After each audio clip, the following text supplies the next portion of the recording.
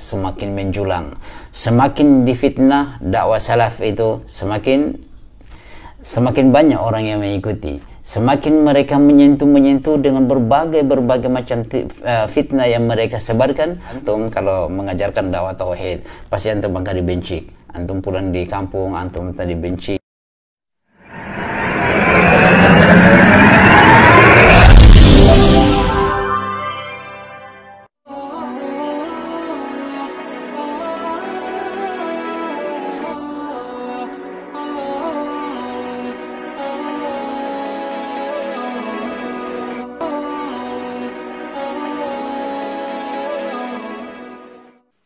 Assalamualaikum warahmatullahi wabarakatuh. Bismillahirrahmanirrahim. Alhamdulillahirabbil alamin. Assalatu wassalamu ala asyrofil anbiya'i wal mursalin sayyidina Muhammadin wa ala alihi wa sahbihi ajma'in. Asyhadu an la ilaha illallah wahdahu la syarika lahu wa asyhadu anna Muhammadan abduhu wa rasuluh. Wa qala rabbi shrah li sadri wa yassir li amri wahlul 'uqdatam min lisani yafqahu qawli. Para pemirsa yang dirahmati oleh Allah, di kesempatan kali ini alhamdulillah kita jumpa lagi dalam keadaan sehat walafiat. Mudah-mudahan kita senantiasa mendapatkan lindungan dan rahmat dari Allah, juga mendapatkan taufik dan hidayahnya. Para pemirsa TSTV 414 yang dirahmati oleh Allah, kesempatan kali ini saya akan mengomentari, menanggapi videonya narasumber dari Lampai Channel yang mengatakan bahwasanya dakwah sunnah, dakwah salaf itu dibenci. Semakin dibenci, semakin banyak yang mengikuti. Sanggahan saya tentang kata-kata yaitu dakwah salaf itu dibenci, dakwah salaf, dakwah tauhid dibenci. Orang-orang Wahabi Salafi ini dibenci bukan karena mendakwahkan tauhid, tapi cara menyampaikannya itu yang dibenci, yaitu karena dalam menyampaikan materi dakwahnya itu seringkali menyakiti perasaan umat Islam yang lainnya. Contoh yang di Madura, yang di Pamekasan itu sudah berbohong, ketahuan berbohong baru minta maaf. Kalau itu tidak minta maaf, tidak ketahuan, tidak mungkin minta maaf. Apakah itu dakwah salaf? Seperti itu dakwah salaf. Khutbah dengan cara berbohong. Seperti itu dakwah salaf. Menyakiti perasaan orang Islam lainnya. Orang ziarah kubur, dibilang kuburiyun, dibilang penyembah kuburan. Apa tidak bisa membedakan antara menyembah dengan mendoakan orang di kuburan? Beda, bos. Orang berziarah dengan menyembah itu beda. Kalau tidak bisa membedakan antara orang menyembah dengan orang berdoa, kan begini sudah. Otaknya sudah miring atau memang sudah gosong. Orang-orang yang ziarah ke makam wali-wali Songo itu, ke wali-wali Allah yang lain juga, itu bukan menyembah. Satu, mereka itu mendoakan dengan harapan mengharapkan berkah dari Allah dan mendoakan para waliullah itu. Kemudian bertawassul itu karena sudah perintah dari Allah, ya ayyuhalladzina amanu taqullaha wa bataghu ilaihil wasilah. Itu sudah ada dalam Al-Qur'an dan juga diajarkan oleh Rasulullah pernah dalam hadis itu ada 3 laki-laki yang terjebak di sebuah guanya tertutup oleh batu, kemudian masing-masing dari mereka berdoa dengan amal soleh mereka masing-masing. Akhirnya pintu batu itu dengan bertawassul kepada amal solehnya, akhirnya batu itu pintu gua tertutup batu itu terbuka kembali. Jadi yang dibenci itu bukan karena mendakwah tauhidnya, tapi cara penyampaiannya yang seringkali menyakiti perasaan umat Islam lainnya.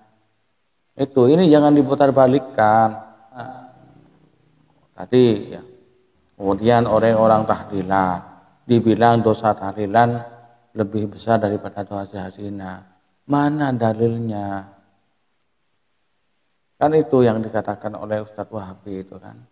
Coba dilihat di videonya itu. Kalau tidak salah ini Farhan Abu Huraihan itu yang mengatakan bahwasanya tahlilan itu adalah dosanya seperti dosanya lebih besar dari dosanya berzina. Hadis mana ini ya? Mana hadisnya yang mengatakan demikian itu? Apa tidak melukai perasaan orang muslim, orang Islam seperti ini? Ada yang mengatakan lagi, Ustaz Wabi kalau tidak keliru Khalid Basalamah, tahlilan perbuatan maksiat. Orang baca la ilaha illallah dibilang maksiat, kok kemana pikirannya itu ya? Kok tak bisa, tak nyambung gitu loh. Ya makanya dibenci dakwahnya karena itu menyakiti perasaan orang lain. Orang lain sudah benar menurut imamnya sendiri-sendiri. Kalian kan punya imam toh. Orang Salafi Wahabi kan sudah punya imam sendiri. Ya ikutilah imam sendiri. Ibnu Taimiyah, Ibnu Qayyim Al-Jauziyah, Muhammad bin Abdul Wahab, Shalih Fauzan, Ibnu Utsaimin, bin Bas, kan sudah ada imamnya sendiri. Ya ikuti imamnya sendiri. Tidak usah ngotak-ngatik imamnya orang lain. Tidak usah comot-comot pendapatnya imam lain. Kan sudah punya imam sendiri. Yang dibenci itu sudah berbohong. Pendapatnya imam kami, Imam Ahlussunnah wal Jamaah, dicomot-comot pendapatnya, kemudian dipelintir. Itu yang membuat kami benci. Itu. Kalau dakwanya sudah benar, ngapain dibenci? Kami Wahabi, Salafi berbeda dengan NU, tidak masalah.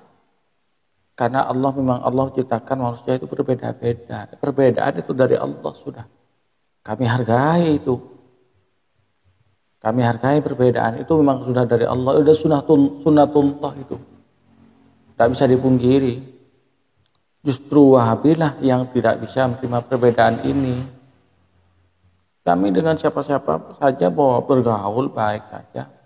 Dengan orang kafir, non-muslim itu. Urusan agama, urusan masing-masing. Karena la ikraha fiddin, tidak ada paksaan dalam beragama. Kami tidak punya kewajiban untuk memaksa orang kafir untuk masuk Islam. Dan untuk sama Islamnya, kita punya imam masing-masing. Ya sudah, ikuti imam masing-masing. Nah, gitu. Dan makanya, kenapa kok dakwah Salafi Wahabi ini dibenci oleh mayoritas umat Islam? Karena dakwahnya yang sering menyakiti. Dibilang wali songo, Sunan Kalijogo dibilang wali setan. Apa tidak tersinggung perasaannya keturunannya wali songo ini? Keturunan anak cucunya Sunan Kalijogo, apa tidak tersinggung dibilang mbahnya dibilang wali setan? Coba Anda pemilik channel Lampai Channel dibilang mbahnya Anda mbah setan, tidak tersinggung enggak? Mbahnya kamu Lampai Channel, mbahnya mbah keturunan setan, anaknya iblis, mesti tersinggung. Nah itu kenapa dia benci. Sedangkan Rasulullah dakwahnya tidak seperti itu. Dakwahnya Rasulullah tidak menyakiti orang lain. Rasulullah malah dengan lemah lembut dakwahnya sampai kepada orang kafir pun, asalkan orang kafir itu tidak memusuhi Islam, Rasulullah bergaul dengan baik. Itu. Ini kan sesama muslimnya dihantam terus. Dibilang ahlul bid'ah, kuburiyun, dibilang khurafat, TBC. Ini mana dalilnya? Ada TBC ini dari mana dalilnya? Katanya kembali pada Al-Quran dan Sunnah. Di mana dalam Quran itu ada TBC itu? Nggak ada kan? Ini kan bid'ah. Jadi kepada Lampai Channel ya, mudah-mudahan nyampe video ini. Karena channel ini masih baru, mungkin sulit untuk nyampe. Ya barangkali simpatisannya bisa menyampaikan. Jadi yang dibenci bukan karena mendakwahkan tauhid, tapi cara menyampaikannya itu yang tidak benar. cara menyampaikan dakwahnya yang tidak benar, yang seringkali menyakiti perasaan orang Islam, itu yang dibenci. Kalau sudah benar, ngapain dibenci, ngapain dikomen? Yang dikomen, yang disangka oleh orang-orang aswaja, oleh pemuda-pemuda NU, youtuber-youtuber NU, yang tidak benar. Kalau sudah benar, enggak. Tapi kayaknya lebih banyak yang tidak benar ya. Selalu berbohong. Bapak lihat sudah di video-videonya itu. Bapak sering berbohong. Firman Allah, kalau berdakwah dengan rambu-rambu yang Allah berikan, yang Allah sudah firmankan dalam Al-Quran, ud'u ila sabili rabbika bil hikmati, berdakwahlah kalian, atau ajaklah oleh kalian, ila sabili rabbika, pada jalan Tuhanmu, bil hikmah. Hikmah itu apa? Dengan cara yang baik, dengan cara yang sopan dan dengan kasih sayang, menyampaikan dengan kelemah lembutan, wal mau'izatil hasanati, dan peringatan yang baik, bukan dikata-katain ya. Itu kan yang paling keras siapa itu? Ya di Jawa. Aduh, dibilang sembarang bukan. Ahlul bid'ah, kuburiyun.